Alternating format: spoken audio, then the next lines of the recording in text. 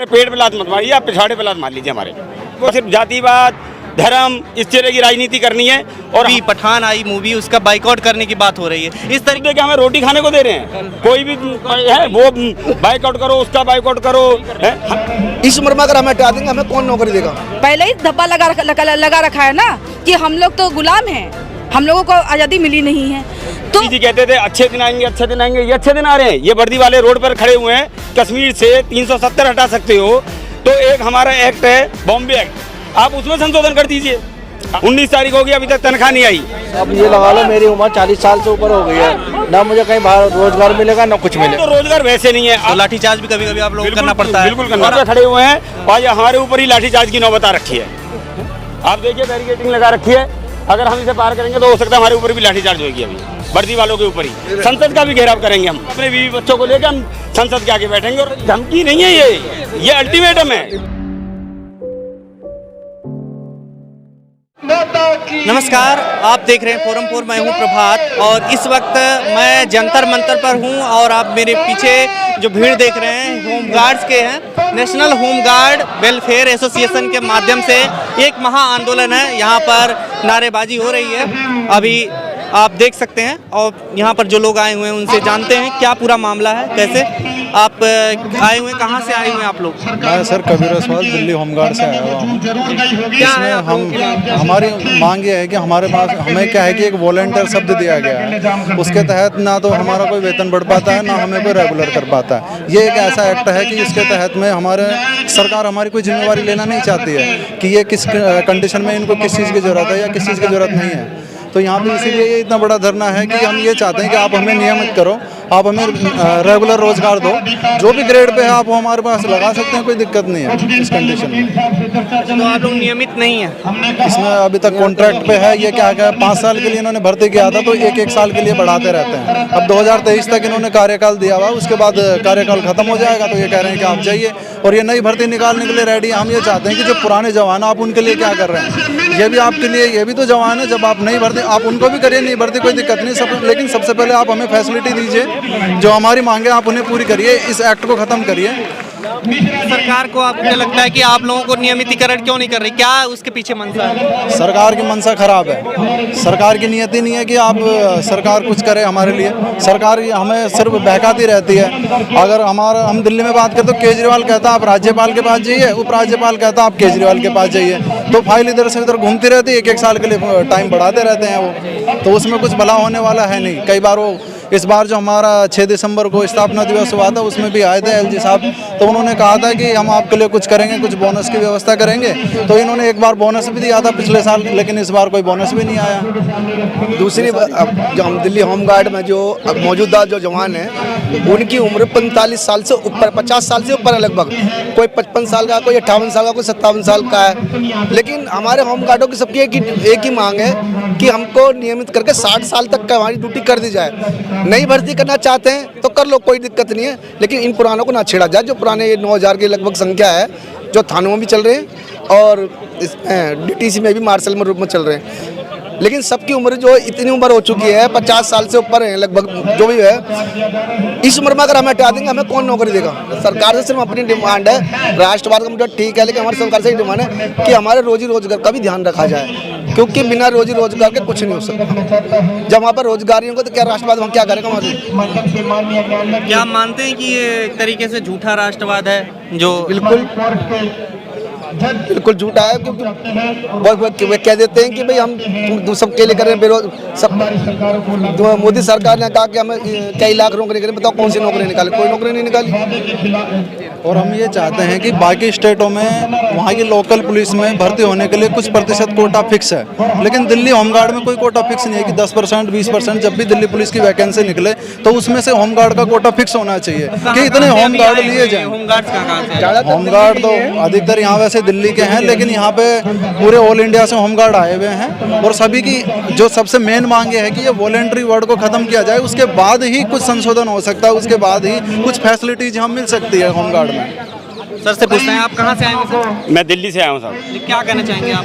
मैं तो यही कहना चाहता हूँ कि हमारी जो मांगे हैं, हमारी कोई ज़्यादा एक्स्ट्रा मांग नहीं है, बस हमें रेगुलर किया जाए 60 साल के लिए। केंद्र सरकार हो चाहे राज्य सरकार हो। केंद्र सरकार कहती है कि राज्य सरकार के अधीन है, राज्य सरकार कहती है केंद्र सरकार के अधीन है, वो कहते हैं कि एलजी के अधीन है। हमारे कहने का मतलब है कि हमारे पेट पे लात ना मारी जाए, जो हमारे बच्चों का भविष्य खराब हो जाए। हमें सिर्फ 60 साल तक स्थायी नौकरी दी जाए और जो राज्य कर्मचारी का दर्जा है वो हमें दे दिया जाए। क्या सरकार की प्राथमिकताओं में आप लोगों का मुद्दा नहीं दिख रहा है, क्या आपको लगता है?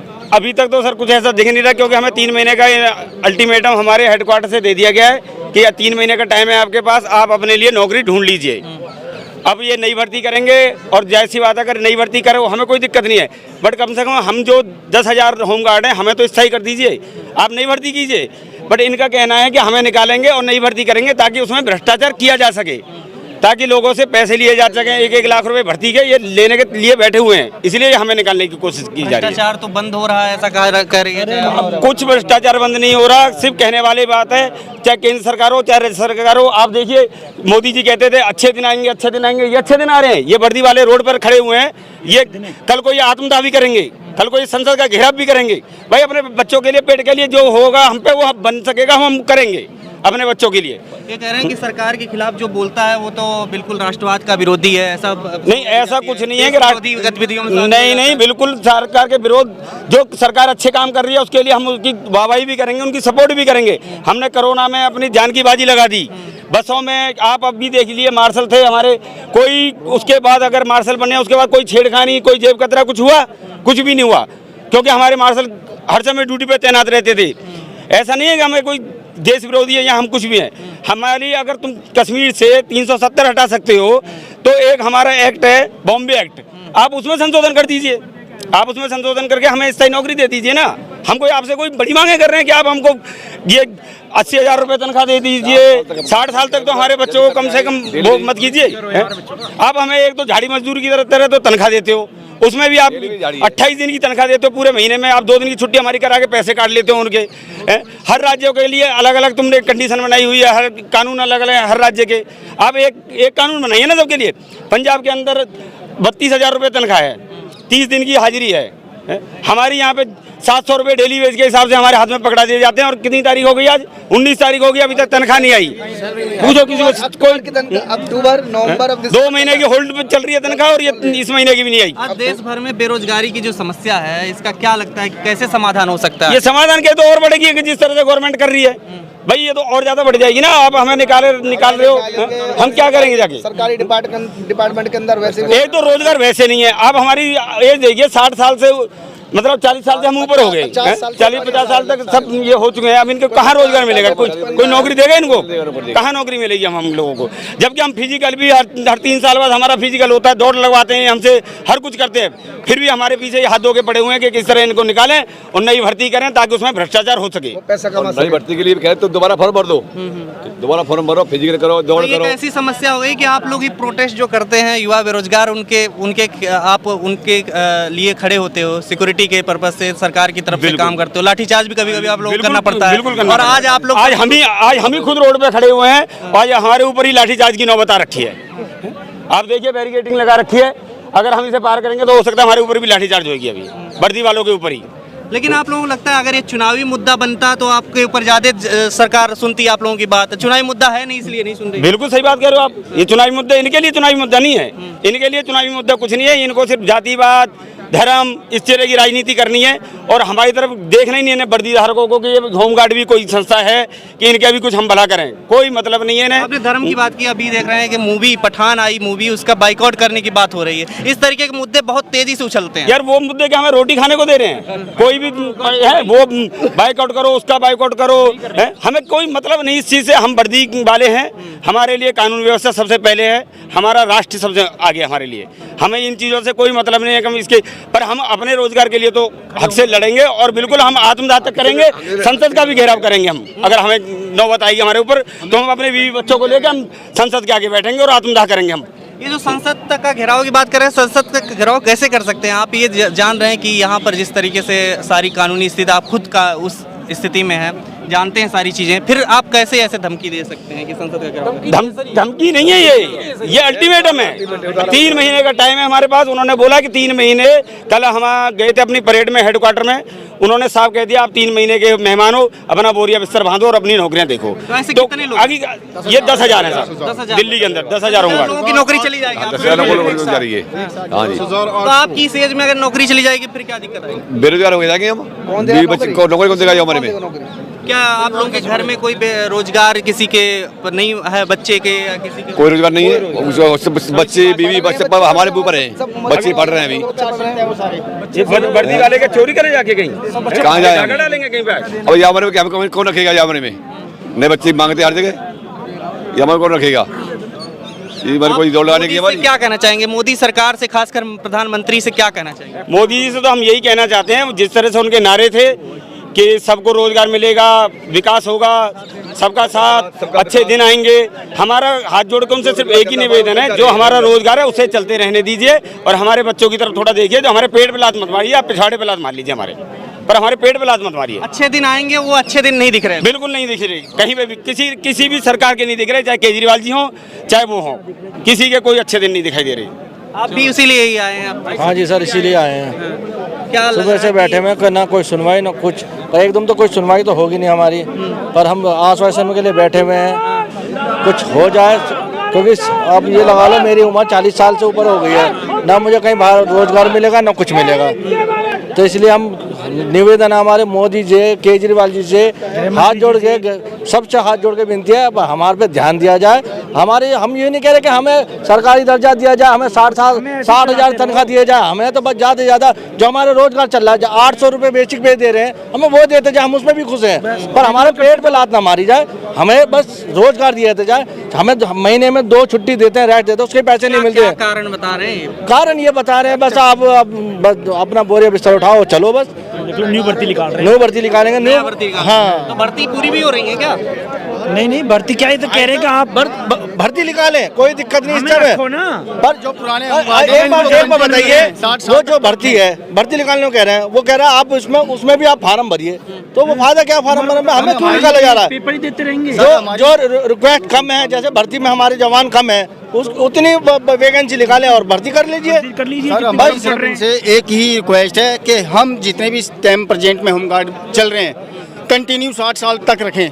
हमें कोई इनसे ज़्यादा लेन देन नहीं है, समय कंटिन्यू रखें, हमारे परिवार चलता रहे, हमें कंटिन्यू 60 साल तक तो रखें, क्योंकि 40, 47 उम्र हो रही है। हम यही इनसे हाथ जोड़ की विनती है, हमें कंटिन्यू रखें 60 साल कम से कम। बाकी न्यू अगर इन पे कम पड़ रही हैं, जवान कम पड़ रहे हैं, तो न्यू वैकेंसी निकालें। हाँ, न्यू को मौका दें और पुरानों को मत छोड़ें।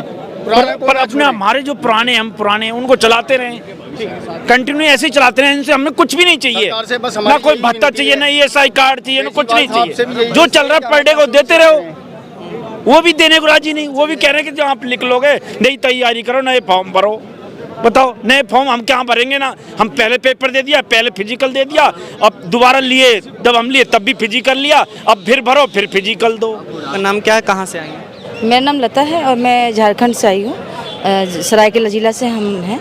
और जो हम सारे यहाँ पे हैं होमगार्ड के जो जवान हैं, हम हमारे ऊपर जो स्वयं सेवी एक्ट लगा हुआ है उसको ख़त्म करने के लिए आए हैं। हमारी सरकार से ये रिक्वेस्ट है कि वो हमारी ये जो मांग है उसको पूरी करे, क्योंकि ये काला कानून ना हम लोगों के ऊपर, मतलब जब भारत आज़ाद हो गया लेकिन हम आज़ाद नहीं हुए, हम गुलाम के गुलाम रहे।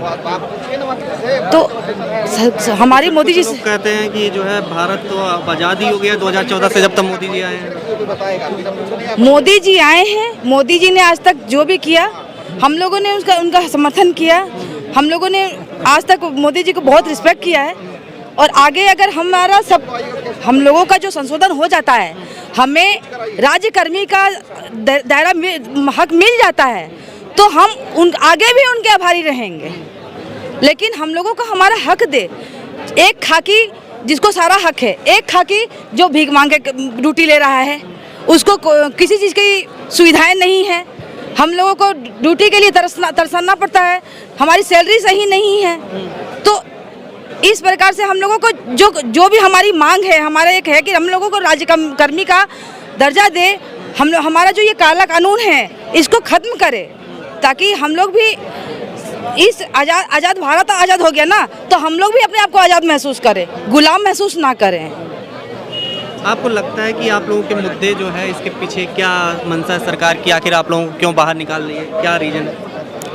मुद्दा देखिए, ऐसा तो जब खाकी वर्दी है, जिला पुलिस है, सब हैं, हम लोग उनको साथ में हम लोगों को बोलते हैं कि इसको सहयोग कीजिए, साथ में मिलजुल के हम लोग हर चीज़ में आगे रहते हैं। अभी कोरोना आया, उसमें भी होमगार्ड के जवानों ने बढ़ चढ़ कर सामने आए, कितनों ने अपनी जान गंवाई।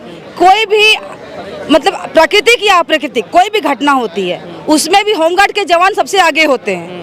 लेकिन इवन आप लोग जो प्रोटेस्ट करते हैं उन पे भी लाठीचार्ज करने में भी आगे ही होते हैं। हाँ, हर चीज़ में हम आगे होते हैं, लेकिन हमारा नाम कहीं नहीं होता। हम लोगों को एक मजदूर की तरह ट्रीट किया जाता है, ना ही हम लोगों को कोई एक जिला कर्मी का या हम लोगों का एक सरकार के से किसी तरीके का होमगार्डों को कोई मतलब अधिकार नहीं है, कोई सुविधा नहीं है। हम लोग परेशानी में हैं। हम लोग देश के हर एक कोने से आए हैं यहाँ पे कि ये स्वयंसेवी का एक्ट हट जाए, तो कम से कम हम लोगों को भी लगे कि हम लोग आज़ाद हुए हैं, हम लोगों का भी, हमारे बच्चे भी खुश हों, हम भी अपने बच्चों की हर इच्छाएं पूरी कर सकें। आज देश में जिस तरीके से बेरोजगारी है और महंगाई भी है और हम लोगों की जो तनख्वाह होती है, एक तो हम लोगों को ड्यूटी मिलती नहीं है, ड्यूटी बड़ी मुश्किल से मिलती है, उसमें भी हमारी तनख्वाह भी बहुत कम है, तो हम अपने बच्चों का भरण पोषण कैसे करेंगे? अगर हम लोगों को आप बहाल करते हैं तो हम लोगों को उस तरीके से जीने का अधिकार भी दीजिए कि हम भी गर्व से कह सके कि हाँ हम लोग होमगार्ड हैं। शर्म ना आए हमें बोलने में कि हाँ हम लोग होमगार्ड हैं। आज हम लोगों को देखा जाता है एक तुच्छ नज़र से कि होमगार्ड है, इन लोगों का कोई वो नहीं, क्योंकि हमारे पास तो पहले ही धब्बा लगा रखा है ना कि हम लोग तो गुलाम हैं, हम लोगों को आज़ादी मिली नहीं है। तो सब हाथ जोड़ के मोदी जी से यही रिक्वेस्ट करते हैं कि आज हम लोग जो यहाँ आए हैं, सारे देश से हम लोगों के जितने भी जवान आए हैं होमगार्ड के, हम लोगों की एक ही मांग है कि हम लोगों को ये जो स्वयंसेवी का एक्ट है इसको ख़त्म कीजिए, ये काला कानून ख़त्म कीजिए और हमें राजकर्मी का अधिकार दीजिए, ताकि हम भी सर उठा के जी सके, हम अपने बच्चों का भरण पोषण कर सके और हम लोगों को भी वो अधिकार मिले कि हाँ जो खाकी वर्दी वालों को मिलता है, खाकी के दो रूप नहीं एक ही रूप करें। हम मिल के रहते हैं, हम मिल के रहना चाहते हैं और बस हमारा यही है कि हमें सही रोजगार दो, सही इज्जत दो, एक खाकी का जो इज्जत होता है वो इज्जत हमें दो। 5 बजे के बाद ठीक, जय हिंद जय भारत। आपने देखा कि यहाँ पर होमगार्ड कर्मचारी जो ये है वेलफेयर एसोसिएशन है, इसके बैनर तले जो लोग आए हुए हैं होमगार्ड्स को, वो आप यहाँ पर देख सकते हैं। इनका आंदोलन किस तरीके से हो रहा है, ये लोग चेतावनी भी दे रहे हैं कि सरकार को हम खुली चुनौती देते हैं, अगर वो इस तरीके के हम लोगों को नियमितीकरण नहीं किए और इनकी जो मांगें नहीं मानी गई तो ये संसद तक भी जाएंगे। तो इस तरीके से आप देख सकते हैं कितना बड़ा मुद्दा है। महंगाई, बेरोजगारी के साथ साथ तमाम जिस तरीके से ये मुद्दे लोगों को नौकरी से निकाला जा रहा है, वो एक बहुत बड़ा मुद्दा है। इस पर सरकार को कहीं ना कहीं सुध लेनी चाहिए और ताकि देश में अमन, सुख, चैन, शांति ये कायम रह सके। खबरों में बने रहने के लिए फोरम 4 को सब्सक्राइब करें और नोटिफिकेशन पाने के लिए बेल आइकन दबाएं।